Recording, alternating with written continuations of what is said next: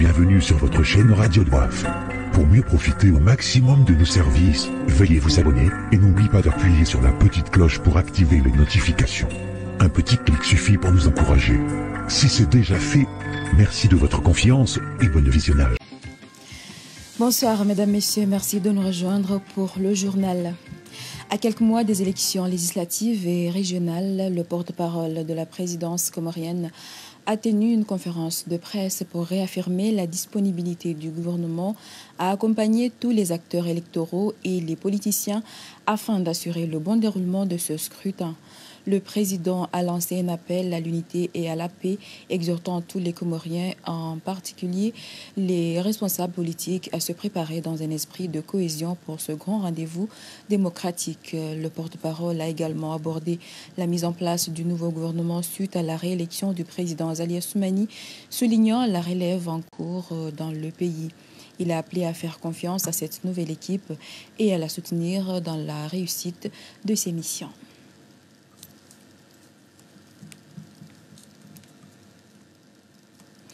Lancement ce samedi de l'application e-bourse initiée par l'ANADEN et le ministère de l'Éducation pour permettre aux étudiants de rechercher des bourses ailleurs, suivant le reportage de Idriss Papa. Ce portail de demande de bourse en ligne à travers l'application e-bourse, c'est une piste devant faciliter les casse-têtes administratifs et apporter davantage de transparence. La plateforme centralisée est dédiée aux étudiants comoriens pour le postulant dans les universités étrangères. L'objectif du lancement de cette application est simple, tout simplement faciliter l'inscription de nos élèves ou bien nos étudiants dans les universités étrangères. Plus particulièrement pour cette année, on a misé pour le Maroc, faciliter nos étudiants à s'inscrire dans les universités marocaines.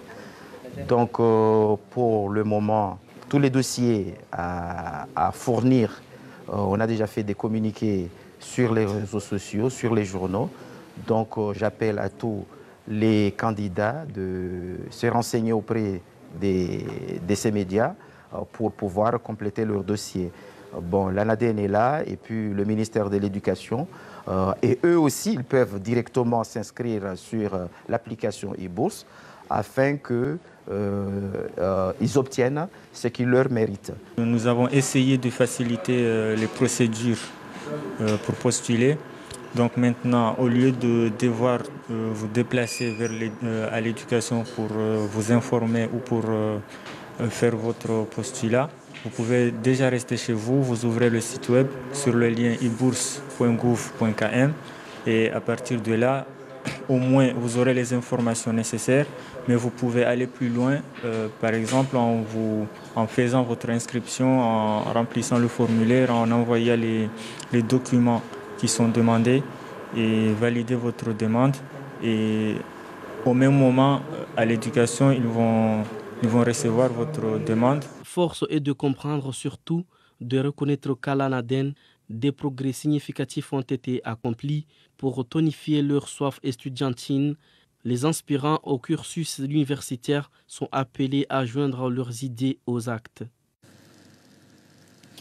Le Forum pour l'agriculture, l'artisanat et le commerce organisé par l'ONG Réseau Femmes et Développement a lancé ce samedi son programme d'activité de présentation de produits de fabrication comorienne au niveau des stands à Moroni. L'ONG Réseau Femmes et Développement entend aider et soutenir dans cette initiative les jeunes porteurs de projets et d'autres enquêtes d'emploi pour s'assurer un avenir meilleur. Reportage de Mohamed Ben Saïd Hassan. Comme prévu et comment cela a été dit et programmé, le Forum pour l'agriculture, les arts et le commerce a été lancé par l'ONG Réseau Femmes et Développement dans un élan d'enthousiasme qui a mené les représentants des différents stands à exposer leur savoir-faire. De l'atelier Fondi Bona pour l'artisanat, la Baraka pour le goût aux mille saveurs, en passant par Nola pour le produit de beauté d'une meilleure qualité et la coopérative Salama pour les produits de rente agricole, le tout sous l'œil attentionné de la Maison de l'Emploi qui recense les demandes de jeunes en quête d'emploi. On est là pour présenter les activités de la maison de l'emploi. Si les ressortissants veulent du travail, ils peuvent se présenter à la maison de l'emploi. Il y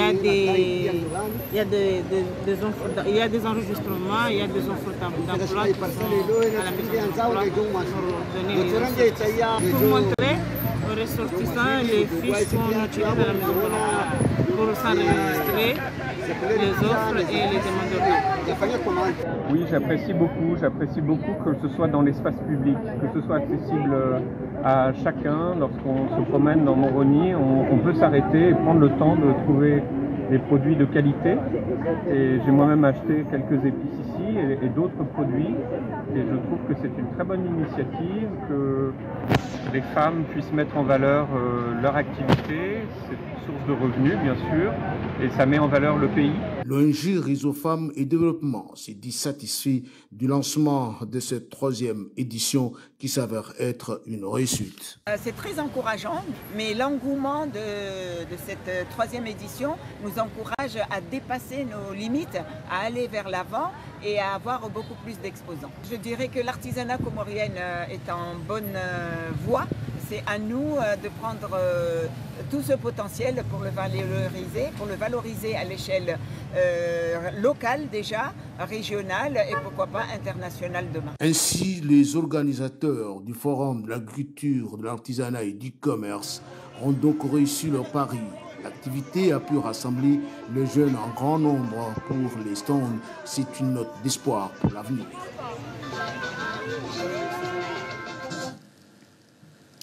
En cette période de grandes vacances, la majorité de la diaspora se trouve aux Comores pour réaliser leurs différentes activités, notamment les célébrations des grands mariages. Et ces activités sont des facteurs d'une croissance économique. Je vous propose un reportage réalisé par Absoir Hamsaïdi et Ahmed Nassar. L'arrivée de la communauté comorienne de l'extérieur en cette période de vacances a impacté positivement l'économie du pays. Cette période reste dans les esprits des Comoriens un moment de multiples opportunités, des foules dans les magasins, mais aussi dans les marchés sans masse. Avant l'arrivée des expatriés comoriens, les activités n'allaient pas bien. Mais maintenant qu'ils sont venus, toutes les activités marchent bien et on tire beaucoup de bénéfices. Prions que ça dure de cette manière.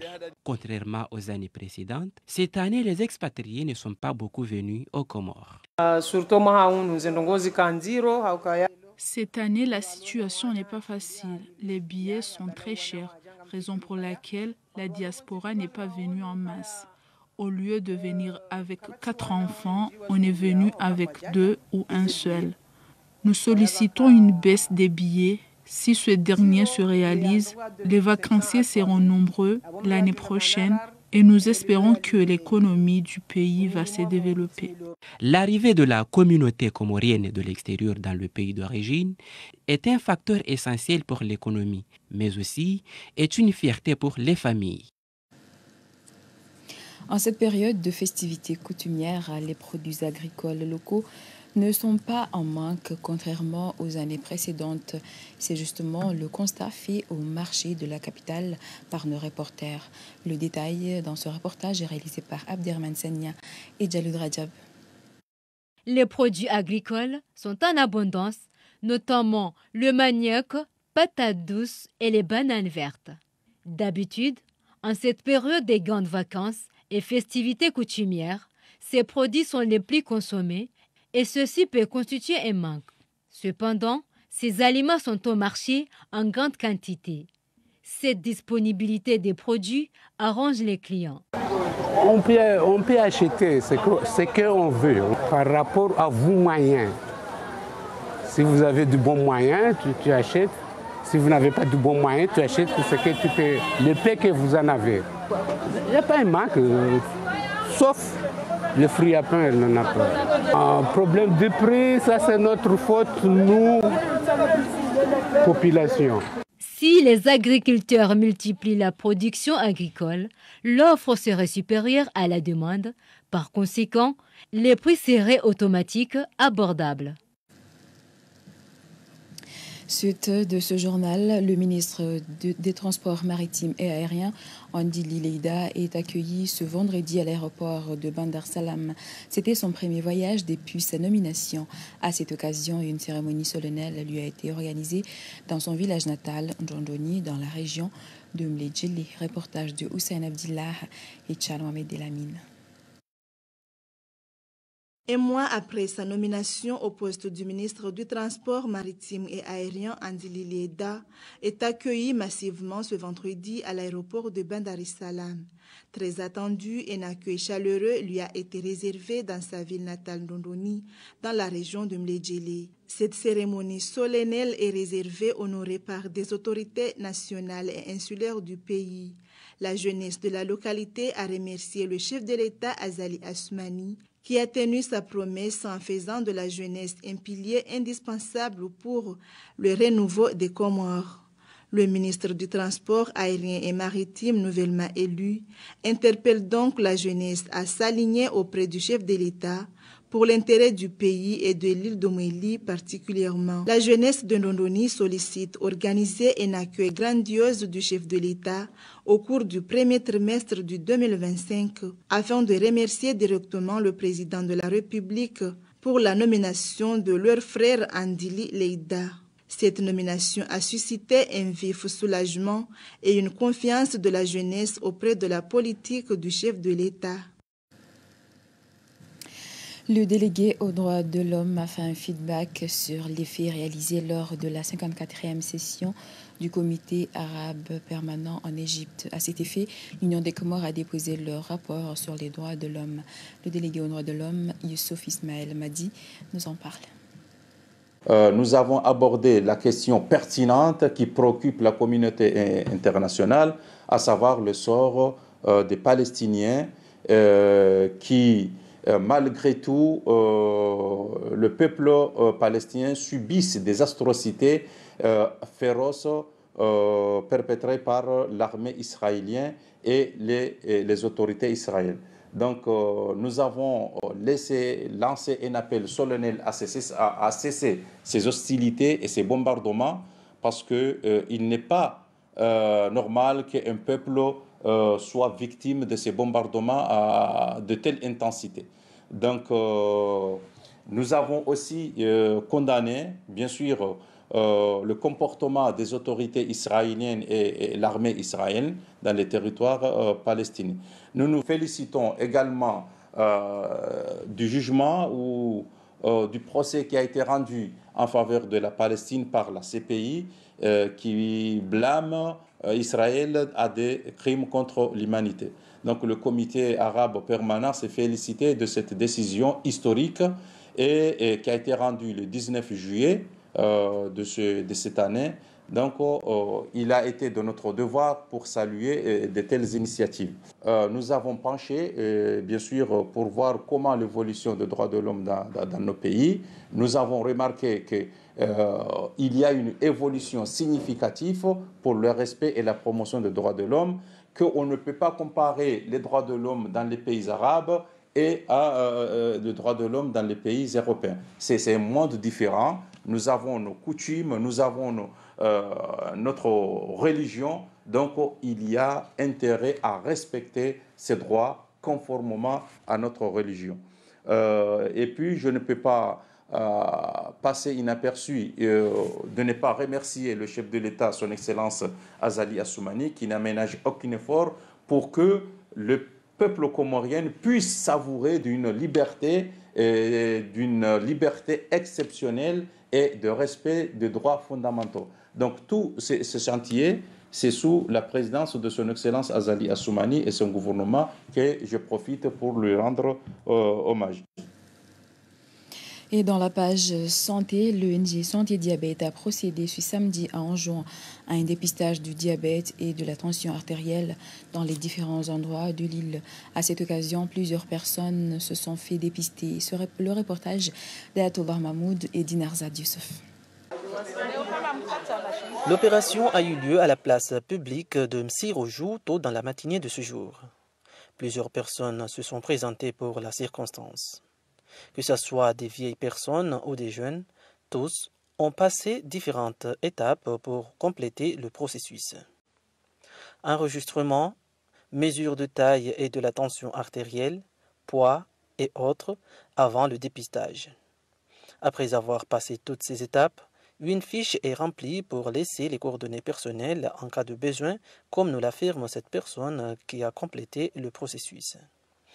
Cette dernière a applaudi l'initiative en rappelant que la plupart des gens ne contrôlent pas leur alimentation et ne pratiquent pas une activité sportive régulière. J'apprécie beaucoup parce que ça nous permet tout simplement de connaître, d'avoir des idées un peu sur notre santé.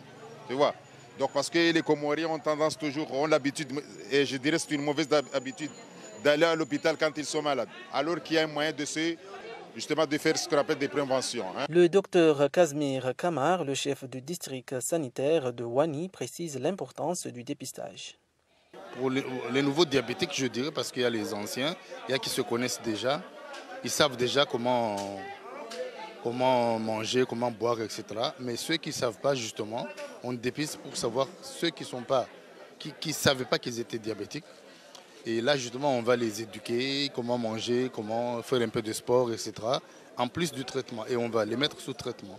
Pour rappel, ce dépistage se fait tous les ans pour avoir un aperçu global sur cette maladie qui frappe toutes les couches sociales. Dans le but de mieux sensibiliser la population sur la lutte contre le paludisme, le ministère de la Santé, à travers son programme national de la lutte contre cette maladie, organise un tournoi de football du 14 août au 18 août au stade Hassan Swali de Moroni. Suivant ce reportage de Samidine Benhamed et Ibrahim Kawaou.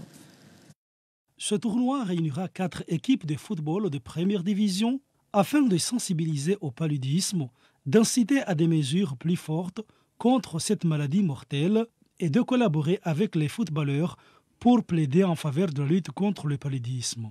Ce tournoi de sensibilisation démarre dès le 14 août dans un match opposant Gaïa Club d'Emdé à Union Sportive de Mbéni pour la première demi-finale.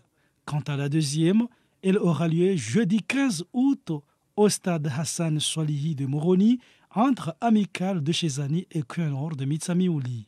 Pour atteindre leurs objectifs, les organisateurs ont annoncé que l'accès au stade sera gratuit.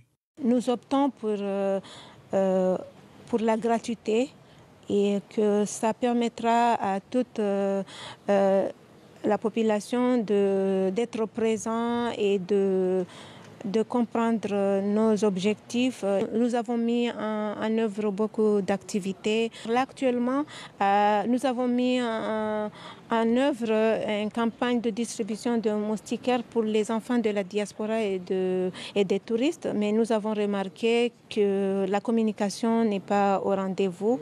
Donc là, nous voulons profiter de cette occasion pour avoir une meilleure communication de nos stratégies et inciter la population à nous rejoindre pour la lutte contre cette maladie. Bien qu'il soit évitable et traitable, le paludisme reste une menace pour l'île de Ngazidja et coûte la vie à certains enfants.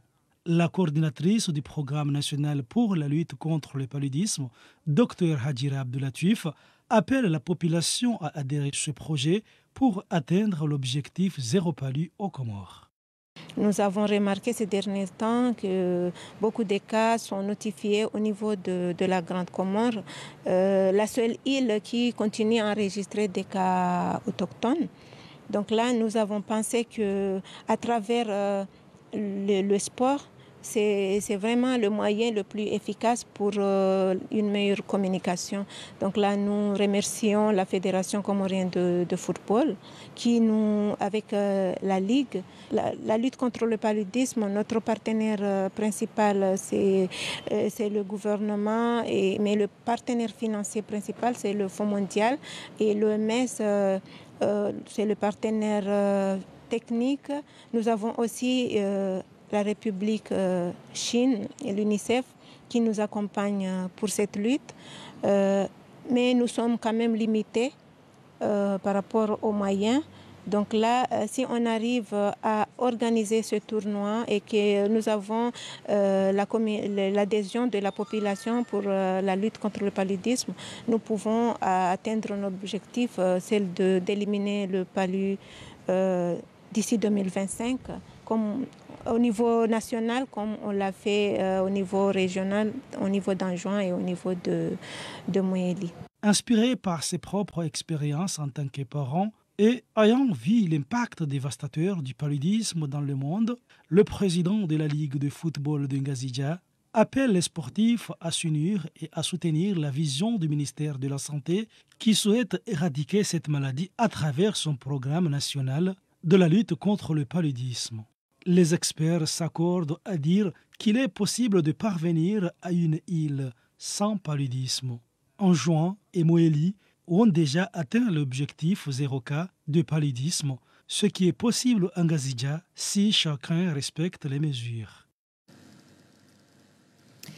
Et la Société nationale des postes et services financiers des Comores, SNPSF, est en pleine réforme des restructurations et d'organisation pour des nouvelles orientations adaptées et plus saines dans les jours et mois à venir, suivant le reportage. Nous assistons depuis peu de plus en plus à un développement d'un environnement bancaire qui s'accentue et qui prend place au quotidien dans la vie d'une population lourdement impactée par la dure réalité des prix qui se déconnectent de leur contexte naturel, conséquence directe d'une inflation galopante et qui trouble les données économiques mondiales marquées par une croissance en berne. Dans un tel environnement financier hostile, les mutuelles d'épargne et crédit et les sandouks ont pleinement joué un rôle de modérateur et d'apaisement social pour soutenir les communautés et à cet effet, la Société nationale de postes et services financiers a quant à elle soutenu et aidé pleinement les administrations tant privées que publiques et les agents de l'État ont pleinement trouvé leur compte avec des prêts, les crédits et les avances de salaire. La SNPSF est actuellement dans une phase de changement. Et dans tout changement, il faut une période d'adaptation, d'amélioration et puis d'un relance de l'activité. Je ne vous apprends pas que la SNPSF, qui est elle-même née de la scission de la SNPT, qui a donné naissance à 2 enfants, Comores Telecom et SNPSF. SNPSF qui aujourd'hui est en fait 2 enfants, 2 jumelles, puisqu'on a le service financier et le service postal. Aujourd'hui, la vision de l'État et l'ambition du chef de l'État est de faire une nouvelle scission et séparer les 2 activités pour créer 2 entités distinctes et conforme aux ratios prudentiels et économiques de l'État en créant la Poste d'une part et la banque, la BPC, d'autre part. Donc, les échanges et les données bancaires soutiennent pleinement la richesse d'un pays et leur santé constituent un plus pour aider l'économie à se développer dans tous les secteurs et dans toutes les régions. Les réformes qui sont en cours actuellement au niveau de la SNPSF vont dans le sens à accompagner ce changement en vue de permettre une scission complète et en adéquation avec la loi bancaire et avec les ambitions et la vision de l'État comorien. Donc c'est une phase qui est tout à fait normale pour séparer l'activité, pour mettre en place de nouveaux produits plus adaptés à la population et pour moderniser la future banque qui va naître de la SNPSF. Pour avoir accès à une vie meilleure, les mutuelles et les banques sont un maillon essentiel. Il y a lieu de les aider pour maintenir la cadence afin de leur amener dans les meilleures conditions et celles qui peuvent souffrir dans le chemin de la réussite, loin d'un dépôt de bilan qui peut affecter lourdement les... C'était le reportage de Mohamed Ben Saïd Hassan. Et voilà, c'est la fin de ce journal. Merci d'avoir été avec nous. Bon week-end à vous. Merci de nous avoir suivis.